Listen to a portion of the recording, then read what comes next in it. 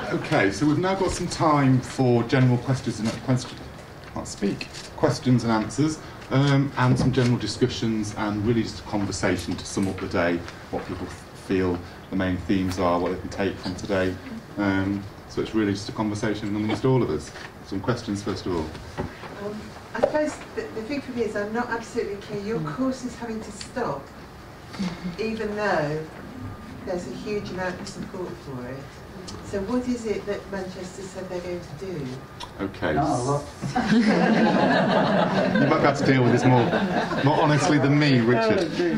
So I'll give a brief history of how we got to where we got to. We used to be a school of education, where we are at the moment, and that was reviewed a few years ago now as part of a review of the Faculty of Humanities. And as an outcome of that, we're now no longer a school in our own right. We're the Manchester Institute of Education, and we're now School of Education, Environment and Development. So we've become a larger school in essence. Part of that review was they looked at undergraduate programmes and decided that not just the Learning Disabilities course, but other courses were not meeting the targets of what Manchester wanted. And predominantly that was around numbers of people being recruited and the grades that students were having when they joined the course. I'll be really honest, I disagree totally with their outcomes. I think the whole process was flawed and the metrics they used were flawed. But the decision was taken to close the undergraduate programme.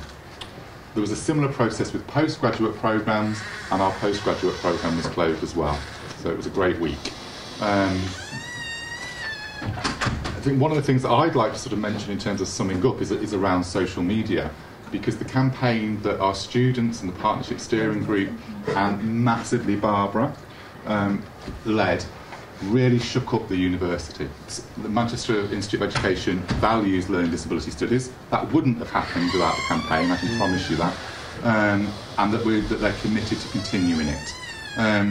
How that will happen, you know, we're short on detail at the moment. I'm certainly working with colleagues in the medical school to potentially look at doing an intercalated degree for medical students where they can come out for a year and do a year's disability studies, which actually won't replace learning disability studies at all, but will be amazing if we can get our hands on trainee doctors for a year.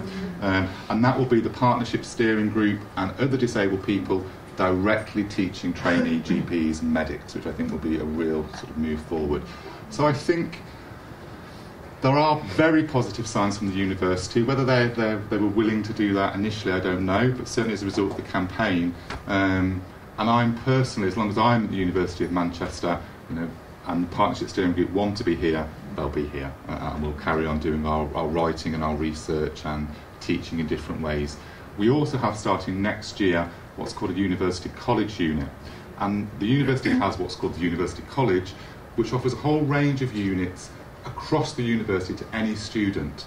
And one of the things we'll be doing next year is running disability studies as part of that, which again is a very positive move forward, because hopefully we'll get geographers and history students and you know, a whole wide range of students across the university doing disability studies. And again, the Partnership Steering Group will be involved in teaching that. So it's, you know, it's sad, but I think there are some positive signs. We were thinking about the three points that people would take from the day, and action. I don't know if anybody's thought about that. What, any 3 points that strike them from the day? Or just 1 point? Or 1 point, yes. So that any main? Or no points? I think for me, I'll start us off. One of the things I was thinking about was change within services in society, both how nothing changes. Okay, so I remember when I was working in services 20 years ago, I started work very young, how I remember a young man dying in the bath 20 years ago, and other people being injured, burnt in baths, and how actually that's still happening today. So how nothing changes really, but also how lots of positive things do change. I think it's important we don't lose sight of that. So, you know, we look at Spice working with colleagues down at Salford, and you know, I'm sure you'll agree 20 years ago or 10 years ago, you know, that wouldn't happen in sort of nursing courses or social work courses. There are some really exciting things happening in services, I think. So we have that kind of, you know, unfortunate situation of being spots of good practice, but still the old ways that are sort of maintained. So, unlike Sophie, we're keeping our social work studies, all the Manchester social work studies are now going to be based at the MMU. Is that right? I didn't know that. I'll take your word for it. I mean, so some of the youth, I mean, after when the previous batch of students finished the current courses here. Oh, sorry, right, so I was thinking you were talking about social work. So what's the question in terms of... Will this uni be carrying on social work classes? Well, we're not quite social work, but yes, I mean, social work does happen, and that won't be affected by this. Mm. So do you not input into the social work?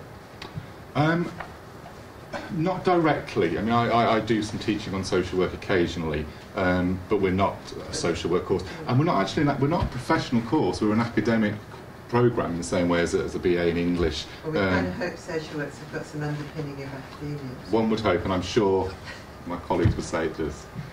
And my best mate, Ali Gardner, down at MMU, who teaches social work, would say it definitely does. Not best. No, just wondering about the group, whether that kind of crosses over, because obviously social workers need that kind of input, don't they? Yeah, and I think, to be fair, all social work programmes, as I understand it now, have to sort of have service user involvement and talk about code production, etc. It's not something, we don't feed directly into social work programmes. We have enough to do with our own programmes, I'm afraid. And Nat, anything for you?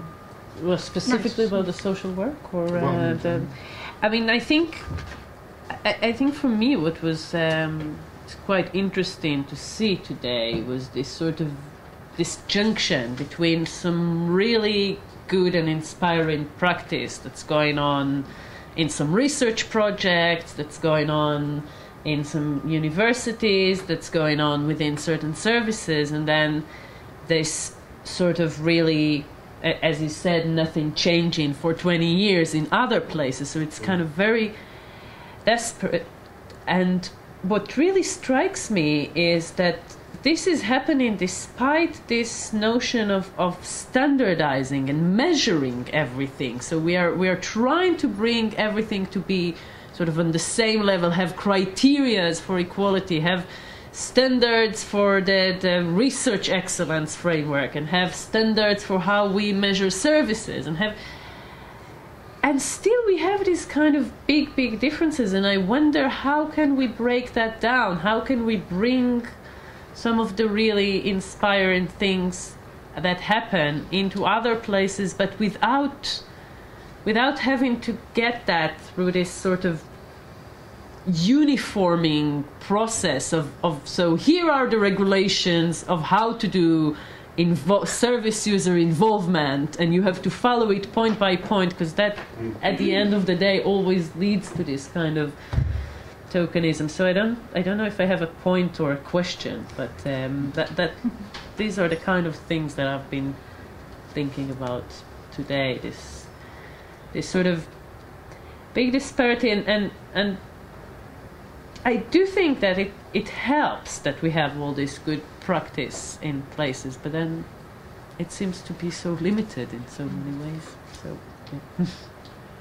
Perhaps somebody said it was the social media might be some of the way of getting some of that out. It's really hard to see, but it is the bit about everybody's kind of cut and focused in. But also it's very interesting, so we are encouraged as academics to put more of our work on social media, but then if we have our students quoting stuff from the internet, we are marking them down for that. So still, even within that. Richard? Will this go down in justice for all for the companies that was done today? Can you say that again, Richard? I missed it. Will it go down? No, LB for this conference going on the same page as sent out. Anat wrote a blog for the LB blog, which I think has gone up today. Yeah. And people have been tweeting in the room today. I was going to say something about that in a minute, but I know that Max is waiting to say something.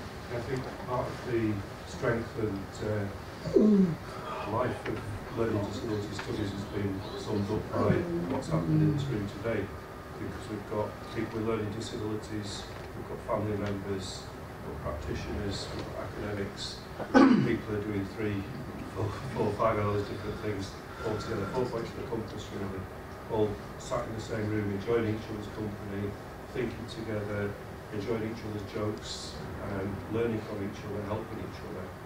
And that's really, to me, what learning disability studies is about, bringing together lots of different people with lots of different perspectives and gaining an understanding together and creating change together. That's part of the power of what learning disability studies can do. Totally agree. For me, it's about... Oh, sorry. Go on. No, you go. I'm just going to respond to what you said about measuring and that. We're measuring the wrong things, because if the unit where Commonwealth can pass an inspection where they fail on the criteria of not listening to patients, but they pass the inspection and the health authority welcomes the report where they didn't listen to patients, we're not assessing it right, are we? No. Barbara, did you want to say something?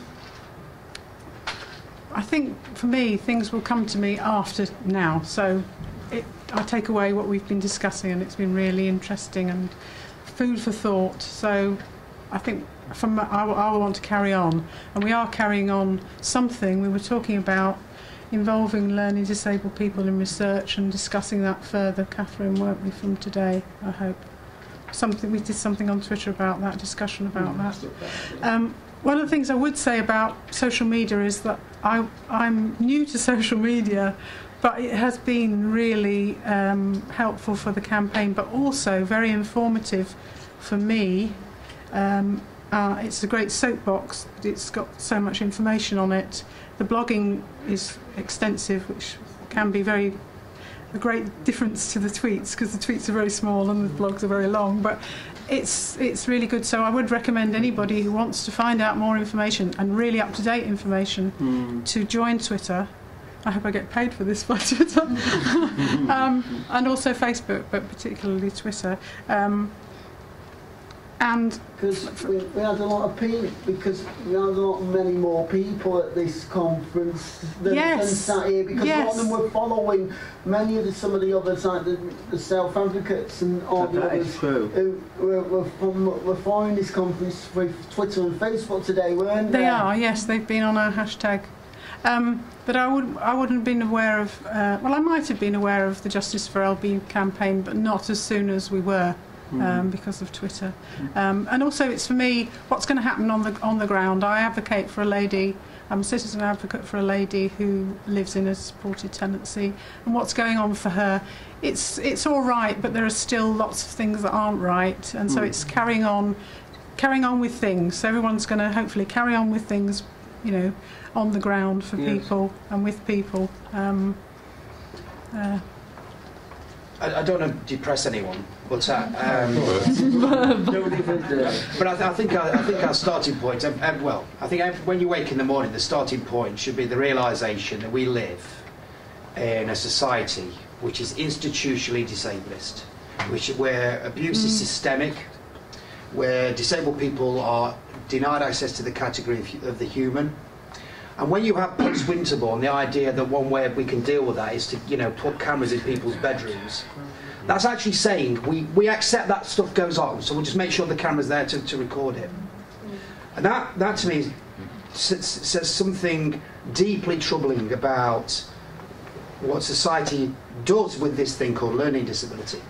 And so that's depressing. The positive thing, which I think has been displayed today, is that when you actually engage with self-advocacy groups and activists in the area of learning disability in a proper way, which I think has been demonstrated by the presentations today, you hear some brilliant ideas around challenging that institutionalised disablism.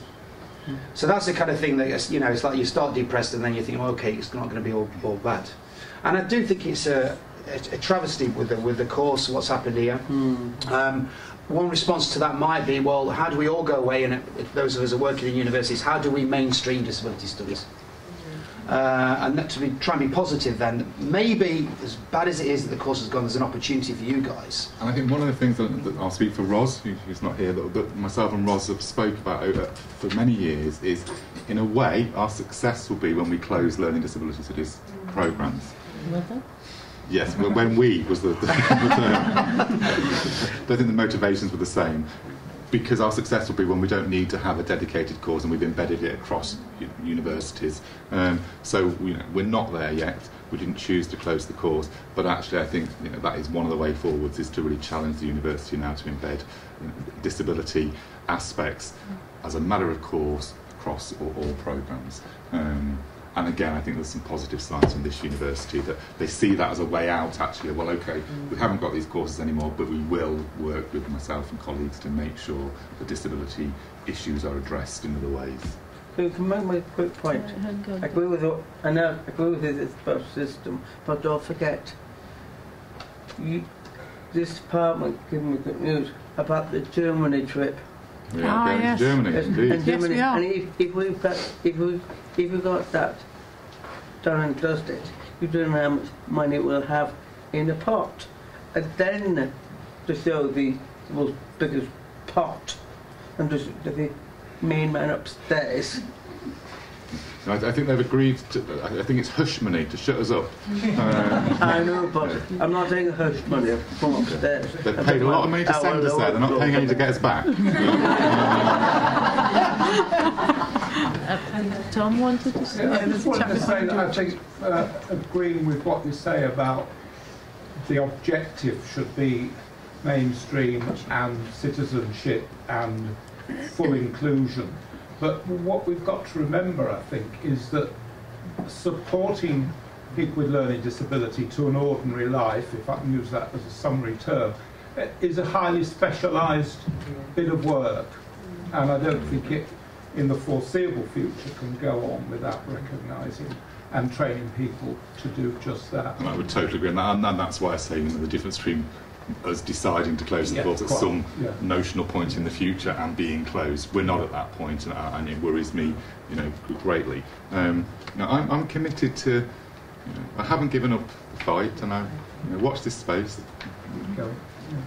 And just one other thing, above all today, really, we talk about leadership, and we talk about commissioning, and we talk about those other skills and so on. The involvement of people here today demonstrates that you have to do that to get the right answers, but also it's been very good to hear it recognised that is more time consuming than asking the average guy in the street to do a questionnaire. And there is no substitute for knowing people really well, and you have to ask sometimes more than once, and that costs. And it was good to hear it being, and we've got to plug that, because some people in decision-making positions don't really understand it. I think there's also an area for involving community and it not being specialist. I think actually support, Catherine mentioned about circles of support, people don't have to, on the other side of it, people don't have to be specialised in helping people to belong to their community and supporting them and providing long-term support, which often services don't provide. They dip in and out of people's lives, providing them with employment, but I know that's been very critical, but it's the service industry, and looking at advocacy, which is becoming more and more professionalised. The service industry is growing and growing, and there are opportunities for all of us to be responsible in our communities and in our society, I think. You do have a point there. Hang on, Chris. Richard also wanted to say. Chris Richards put his hand up, yeah. I want to know what I'm going to get out of all this work we have been here since the beginning. Yeah, it's a very good point. It's a point that we've raised with the university, that the partnership steering group volunteer their time. You do get some expenses, inverted commas. we've started to see some money as a result of the promises that the university have made, and we'll keep plugging away at it. But I agree. I get paid to do this work. You don't, and that's an unfair situation. I think it's also not just about the university. It's about when we try to pay learning disabled people, the benefit system stops us, and the benefit system isn't set up for people to be able to get back into work or to do small bits of work. And me and you've done a research project on that, haven't we? And looked at how difficult that is. But yeah, I agree. It's not, the situation's not right. I think the real trouble, the real thing that caused the trouble for the course was the tuition fees. So not all of it was not the uni's fault.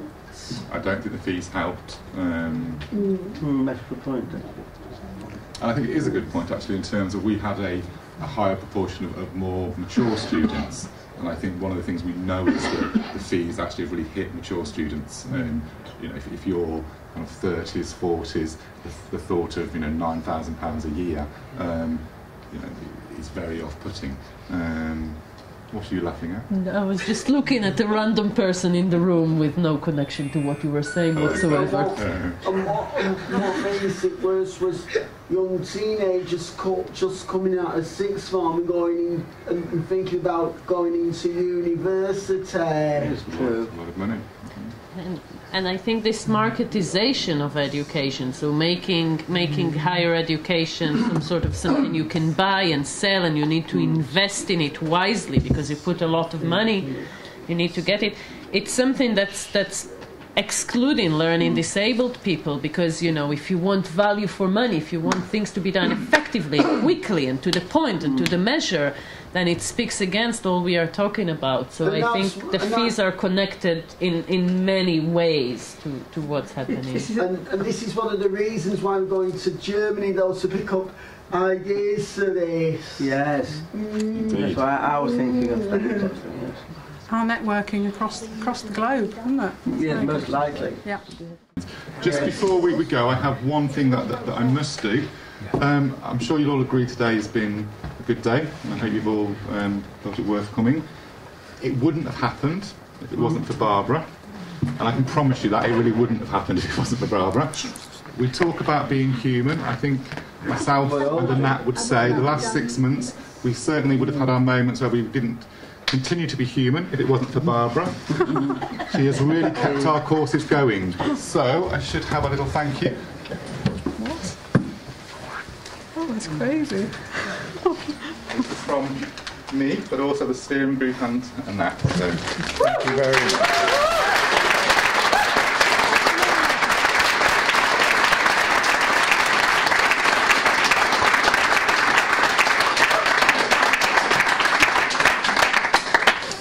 That's really kind. Thank you very much. I just want everyone to keep going with everything and keep going with their campaigns, all their different campaigns, and there's still opportunity to join in the 107 Days Justice for LB campaign. So look up their Facebook page. If you just Google them, you can find out lots of information. We'll be round with the bucket shortly to make sure you haven't forgotten. You're not getting out of that door.